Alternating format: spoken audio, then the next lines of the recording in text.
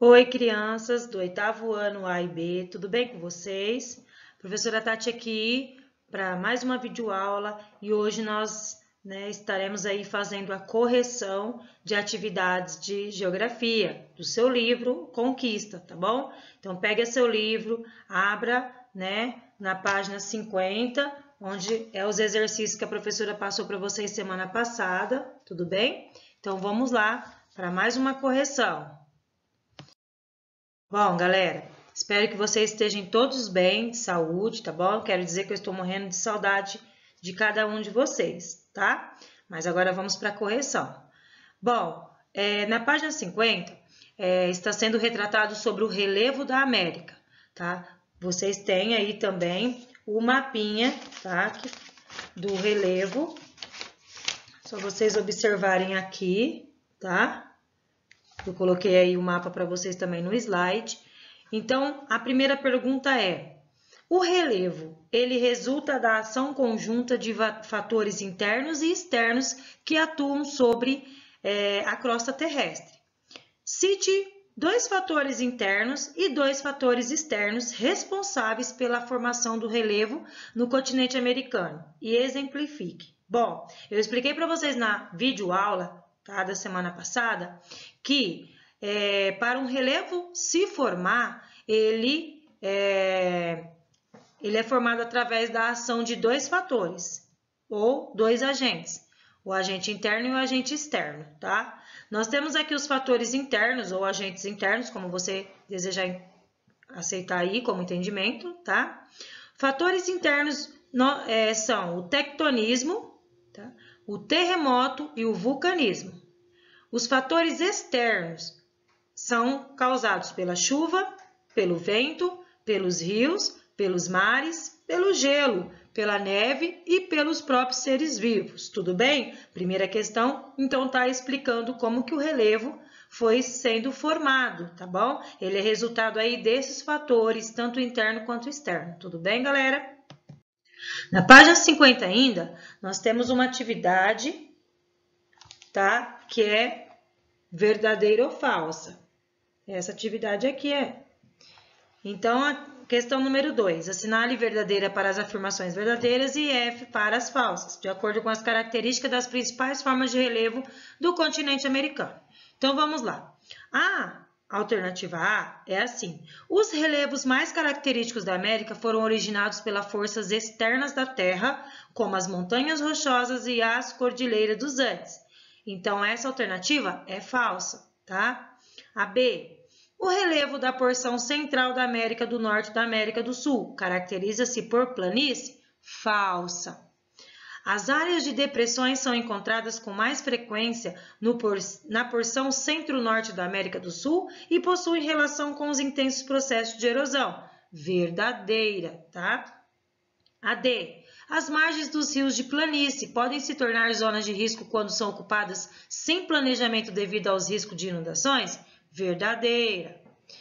O Planalto canadense, ele foi bastante erodido pelo deslocamento das geleiras que cobriam a região há mais de 25 mil anos atrás?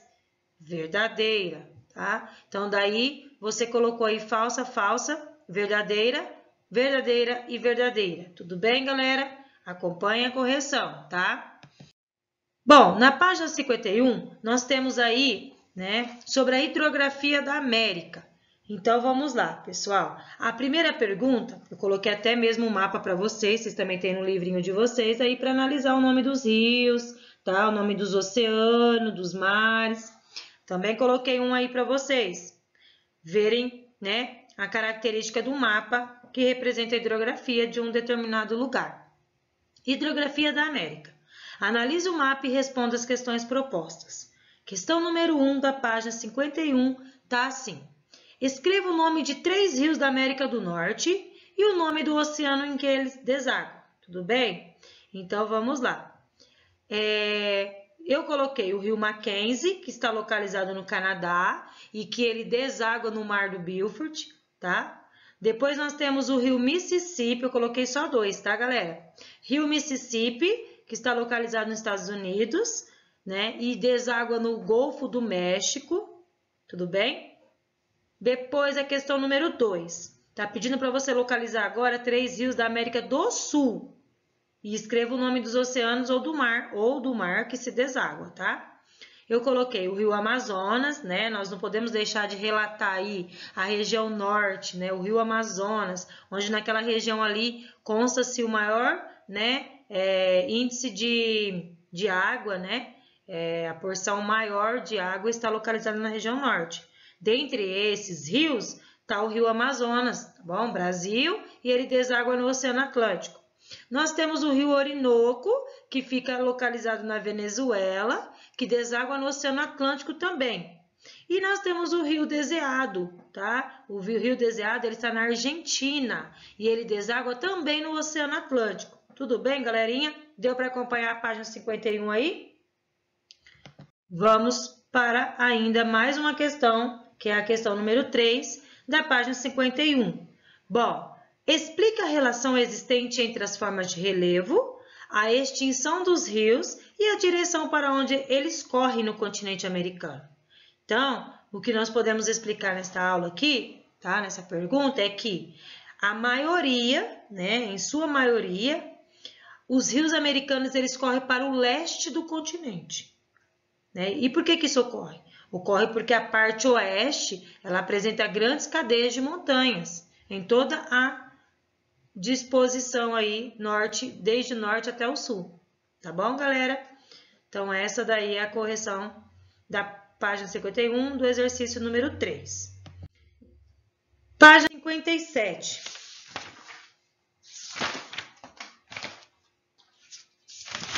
Ah, pessoal, na página 55, a professora não colocou aqui no slide, mas tem aí, ó, relacionar a colunas de acordo com as características das vertentes do continente americano, tá? Existe a vertente ártica, existe a vertente do Pacífico, existe a vertente do Golfo do México e também a vertente do Atlântico. Aí aqui você tem que relacionar, ó, relacionar, tá? Colocar aí. Bom, rios de pouca extensão e encachoeirados são características dessas vertentes devido ao relevo das regiões que percorrem. Ela corresponde à vertente do Pacífico. Então, coloca aí a palavrinha B de bola, que representa o vertente do Pacífico. O rio Mackenzie, ele é o maior e o mais importante dessa vertente, cujos rios permanecem congelados boa parte do ano. Ela corresponde à vertente ártica. Os rios dessa vertente, a mais extensa do continente americano, tem um papel importante no povoamento e na economia das regiões que percorrem. Ela representa a vertente do Atlântico, tá? Diversos rios fazem parte dessa bacia, como o rio Mississippi, que corta uma região da América do Norte muito importante economicamente. Ela corresponde à vertente do Golfo do México. Então, é a letrinha C, tá bom? Agora, nós vamos para a página...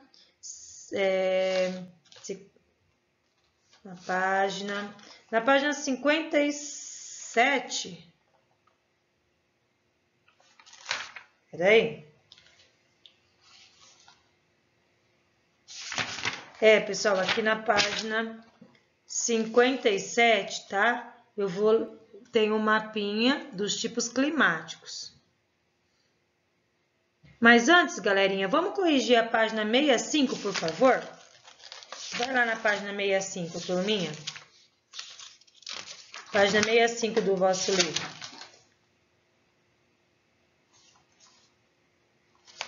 Vamos corrigir essa daqui primeiro, tá? Tá dizendo assim na primeira pergunta. A aridez ela é uma das características comuns entre os planaltos do oeste dos Estados Unidos e do México. Você acha que há alguma relação entre o relevo dessa região? Isso, a aridez? Por quê? Então, a professora colocou aí para vocês, tá? Que a parte do oeste da América, né? O oeste da América do Norte, atingido por ventos quentes, ele é úmido, porque vem do Pacífico, tá? E ao encontrar grandes cadeias de montanha junto à costa, esses ventos eles se elevam. E ao eles se elevarem, gente, perde calor e sua umidade ele se condensa. Aí precipita e se forma em chuva, tá? Isso se faz com que chegue secos ao interior. Aí entra a questão, né, da precipitação. Questão número 2. Equatorial e tropical são tipos climáticos que predominam na porção centro-oriental da América do Sul e na América Central. Descreva as principais características desses climas. Bom, nós temos aí o equatorial e o tropical. O tropical, a característica dele é que ele apresenta elevadas temperaturas e chuvas abundantes durante todo o ano e predomina na região amazônica, porque está próximo à linha do Equador, tá? O tropical, ele é menos quente, com variação anual, né, da temperatura maior que o equatorial. De acordo com as chuvas, pode ser classificado em úmido ou oceânico e semi-úmido ou continental, em que ocorre uma estação chuvosa e outra seca. Então, turma, existe também na questão número 3, vamos na questão número 3. Existe uma grande inter-relação entre o clima e a vegetação. Assim eu expliquei para vocês, né, na videoaula.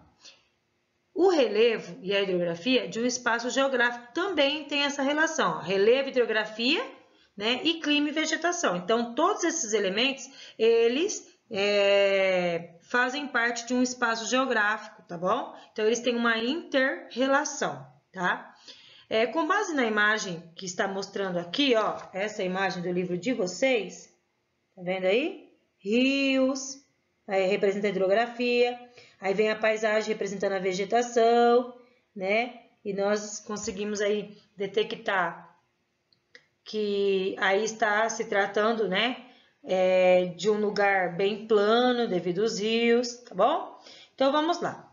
Eu coloquei para vocês que a relação entre o relevo montanhoso do oeste americano e a curta extensão e também a característica da encachoeirada aí, tá? Há uma cachoeira aí, tá bom? Bem lá no final, lá. Dos rios que correm nessa vertente. Também nós temos a influência da extensa planície central norte-americana e a penetração das massas de ar no continente. Mas nós também temos como característica, fenômeno dos rios voadores, entre outros exemplos abordados no capítulo, tá? Então, nós temos aí página 66, galera, vamos lá. Questão número 4. Nas áreas desérticas do continente americano, como no norte do Chile, na Patagônia, na costa peruana e no oeste norte-americano, a vegetação ela é escassa, porém adaptada às fracas e irregulares precipitações. Descreva como são as plantas existentes nessas áreas. Bom, essas áreas elas são, né, esse tipo de vegetação, por ela ser escassa, né, por elas estar em um lugar seco, o que acontece? Por ele estar em um lugar desértico, a vegetação ela é espinhosa, sem folhagens ou com pequenas folhas e também apresentam raízes bem profundas, tá? Bem profundas, com as quais retiram água do subsolo. Tudo bem? Então, vamos lá, colocou, né? Agora é o quinto exercício. O quinto exercício, você tem esse trechinho aqui, esse trecho para ler, certo? Então, vamos lá. Leia o trecho sobre uma das regiões mais frias do planeta e responda as questões. Bom, tá falando do Alasca, né? O Alasca, o norte do Canadá e da Groenlândia. Ela tá dizendo aí esse texto que apresentam temperaturas baixíssimas, que chega a 0 graus, né? Mas aí tá perguntando, devido a esse frio intenso, qual que é o nome do tipo da vegetação descrito nesse texto? Vegetação tundra, tá? Então, a vegetação tundra aí, ela se trata aí de essa planta rasteiras aqui, tá nessa imagem aqui, essa daqui. Opa, essa daqui, tá? Representa a tundra. A B, com base no mapa América, tipos climáticos, né? Você tem que citar os tipos climáticos das áreas onde se desenvolve essa vegetação e também tem que explicar, né, as principais características.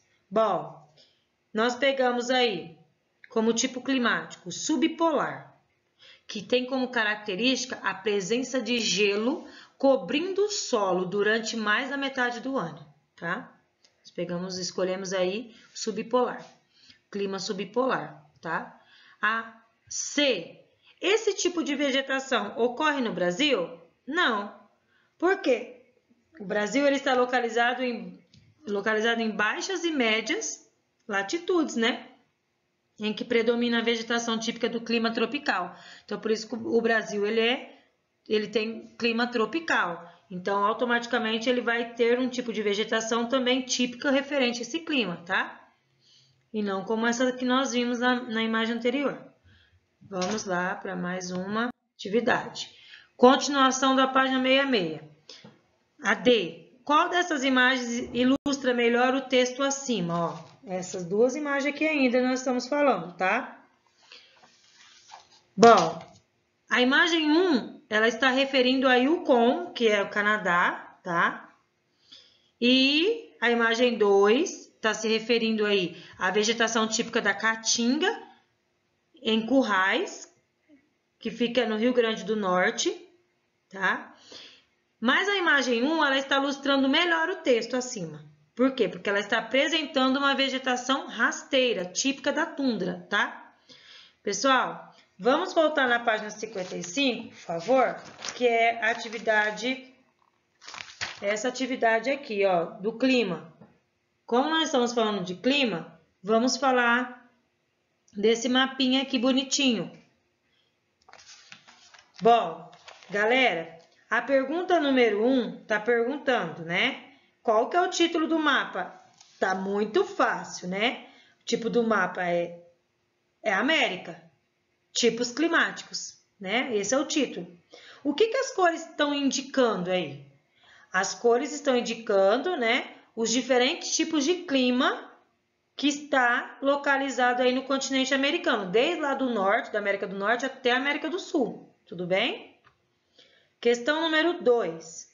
Os climas frio e polar predominam em que áreas da América do Norte? Aí você vai olhar lá no seu mapinha, vai localizar a América do Norte, qual que é o clima que predomina lá? Então, lá está se referindo, ó, predomina no norte desta porção do continente, nas proximidades do Círculo Polar Ártico. Olha, estão lá no Círculo Polar Ártico. Assim, devido às altas latitudes, a inclinação dos raios solares é menor. Por quê? Porque está lá no topo, lá no Círculo Polar Ártico. Então, como está lá, né, a porção norte, o que acontece? Lá quase não pega radiação solar. E por não pegar radiação solar, lá ocorre esse tipo climático, né? Que você veja aí como um clima, que eu posso dizer, polar, né? O frio polar, tá? Frio e polar, tudo bem? Na questão número 3, quais são os tipos climáticos predominantes na América do Sul? Equatorial, semiárido, tropical e subtropical. Quarta pergunta. Explique a relação entre o clima frio de montanha e o relevo do continente americano. Bom, o clima frio de montanha, galera, ele abrange aí a grandes cadeias de montanhas americanas, né? Um exemplo, como as cadeias montanhosas, né? As montanhas rochosas. Vamos dizer aí a Serra Madre Oriental, olhando no mapa, né? A Serra Madre Oriental. E também nós podemos dizer a Cordilheira dos Andes. Tá? Então, o clima frio de montanha, ele está abrangindo as grandes cadeias de montanhas americanas, como as montanhas rochosas, aí eu menciono para você a Serra Madre Oriental e a Cordilheira dos Andes, tá? Galera, espero que vocês façam a correção de acordo com essa aula, tá? Então, façam certinho, se não acertou aí, vai lá, modifica, conserte, para que o seu livro, né, fique bem organizadinho e que você também tenha um entendimento positivo, tá bom? Um beijinho, tô com muita saudade, viu, chuchus? Tchau!